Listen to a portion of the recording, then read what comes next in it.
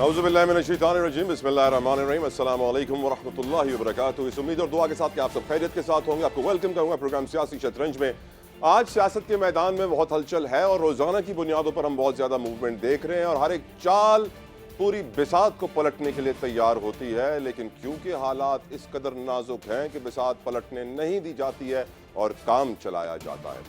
पंजाब की बात करें तो नून लीग के अंदर हम जानते हैं बड़ी तब्दीली जो आनी थी वो थी शाहिद खाकान अब्बासी साहब की पार्टी की खबर जो अपनी पार्टी बनाएंगे। उनकी तवील मुलाकात हुई अपने कायद नवाज शरीफ साहब के साथ, 2 घंटे तवील ये मुलाकात जारी रही।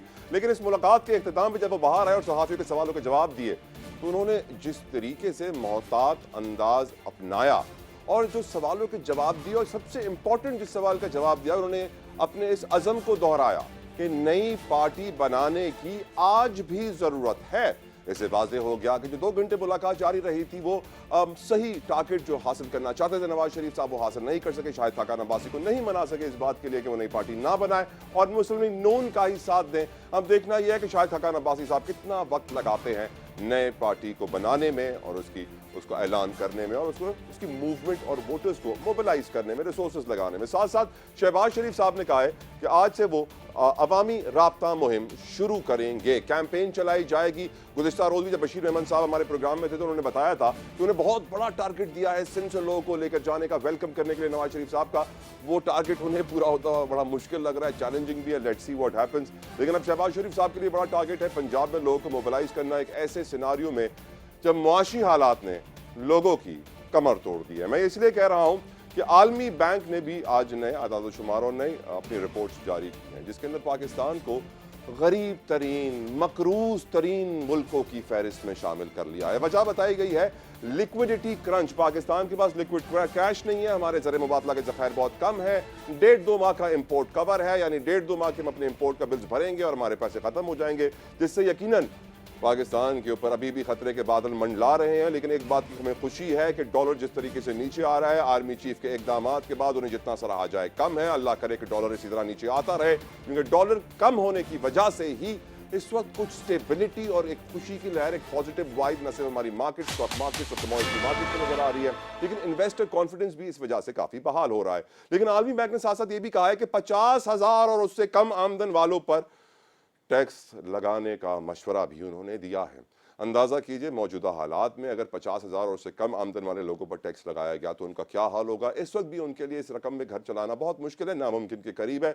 अल्लाह ताला उनकी मदद कर रहा है अपने महबूब के वसीले से, जिसकी वजह से सब कुछ चल रही है, पूरी दुनिया पूरा आलम चल रहे हैं। लेकिन इस वक्त अगर इस तबके के ऊपर भी टैक्स लगाया गया तो क्या हाल होगा। साथ साथ ये भी कहा गया कि ज़राअत के ऊपर स्पेशली जिनके पास 12 एकड़ से जायद जमीन है उनके ऊपर टैक्स लगाया जाए।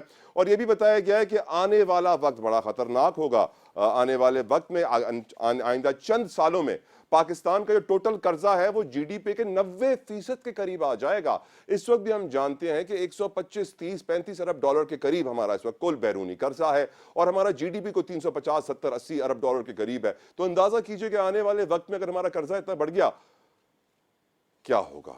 यकीनन बहुत परेशान कुन बात है।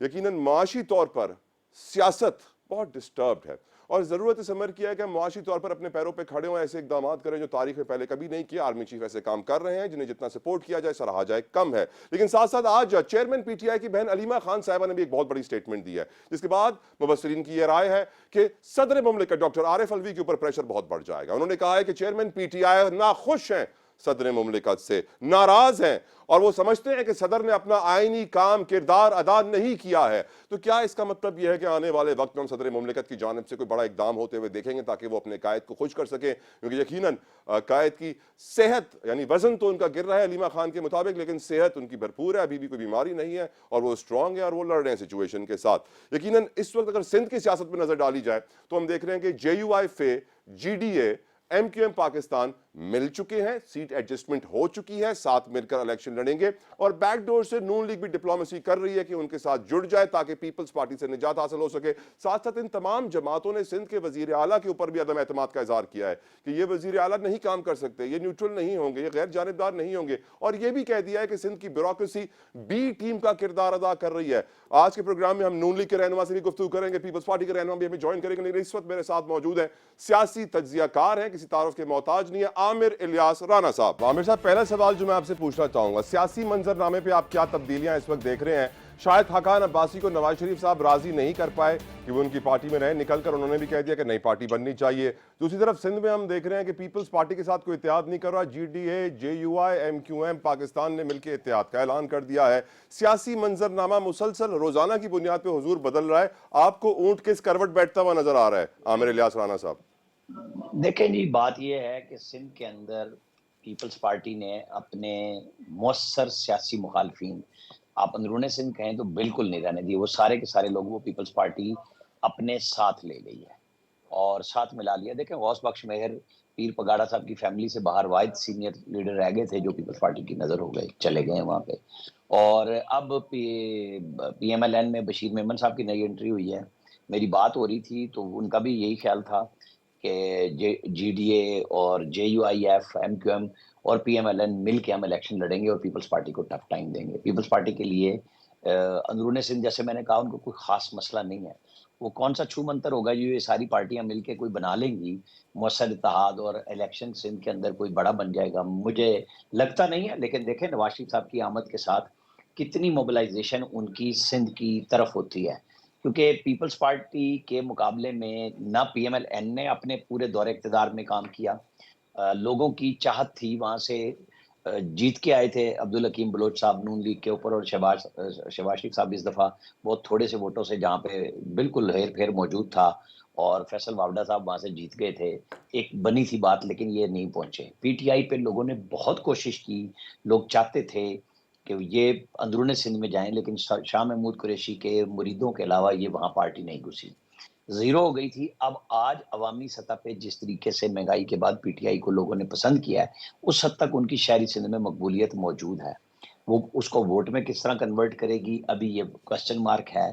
कि उनकी अपनी पार्टी PTI जो है, उनके लीडर्स तकरीबन भाग चुके हुए हैं, पार्टी को छोड़ चुके हुए हैं। आम लोगों को कितना टिकट मिलेगा, कितना इलेक्शन वो लड़ेंगे, लड़ने दिया जाएगा, ये बहुत बड़ा क्वेश्चन है। नवाज शरीफ PM बनेंगे, शहबाज शरीफ? देखें, ये तो बात बनेगी जब इनकी पार्टी का फैसला होगा। नंबर 1, नवाज शरीफ को आना है 21 को, और 21 से पहले उन्हें राहदारी जमानत लेनी है। उसके बाद उन्हें बरी होना है 2 जिन मुकदमात में उन्हें सजा है। एक तो मुकदमा बिल्कुल क्लियर है जिसमें मरियम नवाज ह्यूमन फील्ड में बरी हो चुकी हैं, और क्वेश्चन वहां पे सिर्फ नवाज शरीफ की अदम मौजूदगी का था, वरना बरी होने में कोई मुजायका नहीं है।